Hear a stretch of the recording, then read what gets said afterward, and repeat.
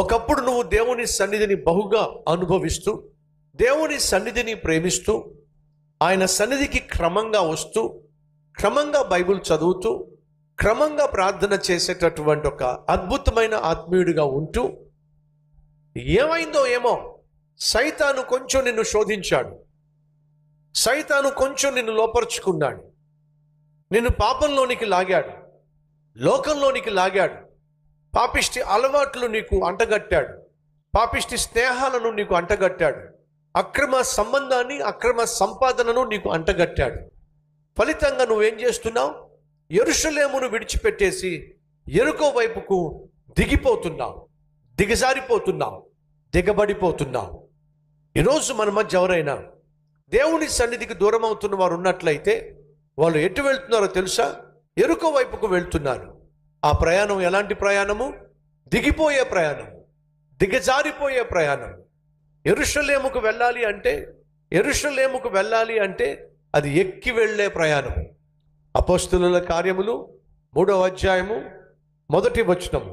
పగలు 3 గంటలకు ప్రార్థనా కాలమున పేతురును యోహానును దేవాలయమునకు ఎక్కి వెళ్ళుచుండగా, వీళ్ళు ఎలా వెళ్తున్నారు?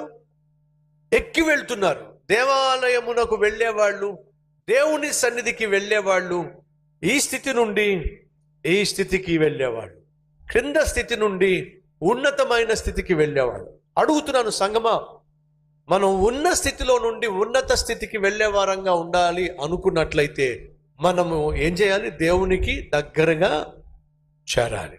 నువ్వు దేవునికి ఎంత దగ్గరగా చేరతావో అంత ఎక్కువగా దీవించబడతావు.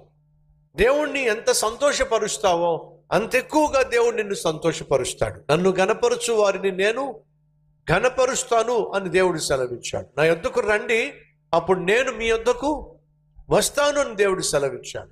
సంగమా వినో, దేవుని సన్నిధికి దూరం కావద్దు, దేవుని వాక్యానికి దూరం కావద్దు, ఆత్మీయ జీవితాన్ని పాడు చేసుకోవద్దు, దిగిపోవద్దు, పాపంలో దిగిపోవద్దు, పాపిష్టి వాటికి దిగజారిపోవద్దు. ఒకవేళ నువ్వు దేవుని సన్నిధిని విడిచిపెట్టినా, ఆయన సన్నిధికి దూరంగా వెళుతున్నా, పాపానికి చేరువవుతున్నా, పాపిష్టి అలవాట్లకు బానిసవవుతున్నా, నీ జీవితంలో జరిగేది ఏంటో తెలుసా? చదువుతున్నాను రండి, 30వ వచనము. యెరూషలేము నుండి యెరికో పట్టణమునకు దిగి వెళ్ళుచు దొంగల చేతిలో చిక్కెను. అర్థమైందా? యెరూషలేము నుండి యెరికో పట్టణానికి వెళుతున్న వ్యక్తికి ఏమి సంభవించింది? నష్టం సంభవించింది, కష్టం సంభవించింది, కాటికి పోయే పరిస్థితి దాపరించింది. కారణం ఏమిటి? దొంగలు కాచుకొని ఉన్నారు. అమ్మా, అయ్యా విను, నువ్వు దేవుణ్ణి విడిచిపెట్టినా, పరిశుద్ధమైన జీవితాన్ని తాకట్టు పెట్టినా, ప్రార్థనా జీవితాన్ని విడిచిపెట్టినా, పరిశుద్ధతను పక్కన పెట్టినా, నీ జీవితంలో జరగబోతుంది ఏమిటో తెలుసా? నువ్వు కలిగి ఉన్న దాన్ని సైతాను దోచుకోబోతున్నాడు. నువ్వు కలిగి ఉన్నటువంటి ఆర్థిక వ్యవస్థను సైతాను దోచుకోబోతున్నాడు. ఆరోగ్యాన్ని సైతాను పాడు చేయబోతున్నాడు. కలిగి ఉన్నటువంటి అధికారాన్ని సైతాన్ని నుంచి తీసివేయబోతున్నాడు. నువ్వు కలిగి ఉన్న ఆకారాన్ని, అందాన్ని అందహీనంగా మార్చబోతున్నాడు. అడ్రస్ లేకుండా చేయబోతున్నాడు. యెరూషలేమును విడిచిపెట్టి యెరికో పట్టణానికి దిగిపోతున్న వాడు చివరికి ఎవరి చేతుల్లో పడ్డాడయ్యా అంటే దొంగల చేతిలో పడ్డాడు. ఎందుకు యెరూషలేమును విడిచిపెట్టాడు? యెరికోకి వెళ్ళాలని చెప్పి. ఎందుకు యెరికోకి వెళ్ళాలనుకుంటున్నాడు? అక్కడ పాపము సులభంగా చేయొచ్చు కాబట్టి, అక్కడ దేవుని సన్నిధి లేదు కాబట్టి, ఇష్టానుసారంగా జీవించవచ్చు కాబట్టి. ఈరోజు మన మధ్య ఎవరైనా ఉన్నారా ఇష్టానుసారంగా జీవించాలి ఆశపడేవాడు? ఎక్కడ పాపము సులభంగా చేయొచ్చో అక్కడికి వెళ్ళాలని ఆశపడేవాడు. ఒకవేళ నువ్వు పాపమును సులభంగా చేయడానికి అనుకూలమైనటువంటి స్థలాలు వెతుకుతున్నా, పాపము చేయడానికి పరుగులు తీస్తున్నా, వినో, త్వరలో నీ జీవితము తీవ్రమైనటువంటి నష్టాన్ని ఎదుర్కోబోతుంది. నువ్వు కలిగి ఉన్న సమస్తాన్ని నువ్వు పోగొట్టుకోబోతున్నావు. ఈరోజు నువ్వు దేన్ని ఆధారం చేసుకొని, నీకున్నటువంటి ఆస్తిని ఆధారం చేసుకొని దేవునికి దూరం అవుతున్నావా? అయితే దేవుడు నీకున్న ఆస్తిని దూరం చేయబోతున్నాడు. నీకున్న అందాన్ని ఆధారం చేసుకుని దేవునికి దూరం కాబోతున్నావా? అయితే దేవుడు నీకున్న అందాన్ని తీసేయబోతున్నాడు. నీకున్న అధికారాన్ని ఆధారం చేసుకుని దేవునికి దూరం కావాలని అనుకుంటున్నావా? అయితే దేవుడిని అధికారాన్ని దూరం చేయబోతున్నాడు. జాగ్రత్త.